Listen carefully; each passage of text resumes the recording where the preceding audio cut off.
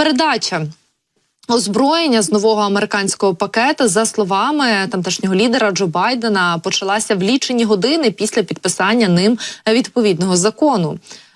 Та разом із новим, власне, пакетом військової допомоги від Сполучених Штатів стало відомо і про те, що Вашингтон, виявляється, ще раніше таємно поставив Києву далекобійні ракети «Атакамс». І мова йде більш як про 100 одиниць.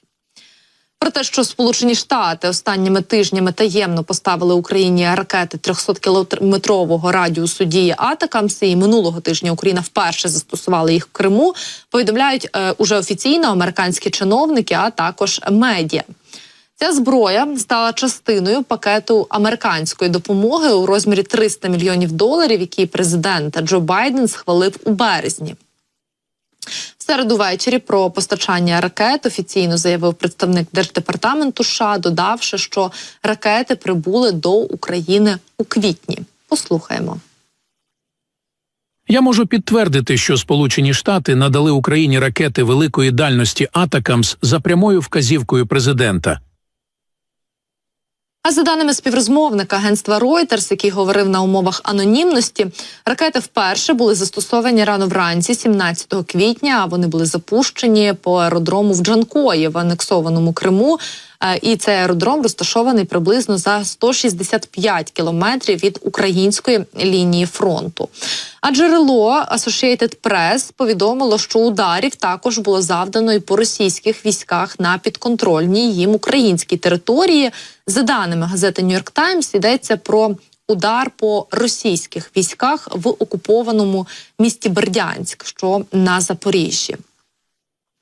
Загалом же, протягом 2022 і 2023 років Київ неодноразово просив Сполучені Штати про ракети «Атакамс» із максимальною дальністю. Проте минулої осені українська армія отримала лише партію ракет старої модифікації із граничною дистанцією стрілянини у 165 кілометрів.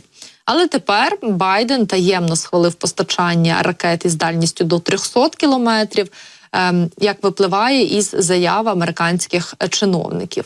Ну і за словами представника американського держдепу, спочатку Сполучені Штати не оголошували про цю передачу, аби убезпечити українські війська і загалом оперативну безпеку України. І це відбулося на прохання саме української влади.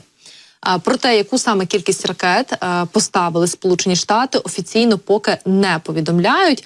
Але, як пише New York Times, Штати передали Україні більше 100 ракет «Атакамс». Журналісти американської газети посилаються на свої джерела. А радник адміністрації США із національної безпеки Джейк Салліван каже, що Вашингтон надав, цитую, «істотну кількість цих ракет» і планує відправити ще більше. Частину ми вже надіслали, надішлемо більше.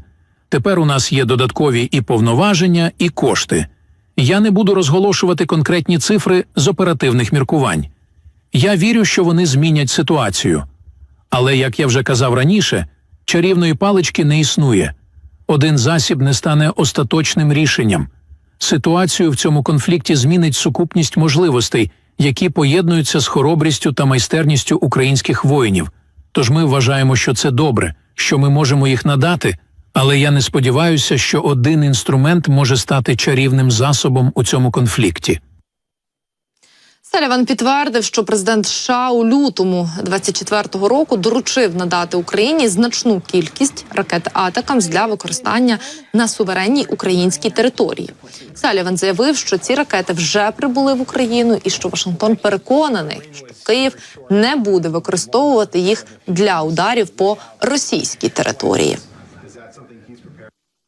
Протягом тривалого часу ми перевіряли ці зобов'язання української влади, які вони брали на себе щодо інших систем, включно з «Хаймарс», коли вони переконували, що будуть використовувати їх лише на українській суверенній території. Вони щоразу виконували це зобов'язання щодо систем, які ми їм надавали, тому ми впевнені, що вони знову виконають це зобов'язання. Водночас очільник Збройних сил Великої Британії адмірал сер Тоні Радакін у інтерв'ю для Financial Times заявив, що На фоні надходження нової західної допомоги Україна може збільшити дальні атаки у глибині території Росії. І він не висловив, так би мовити, очевидних заперечень із цього приводу.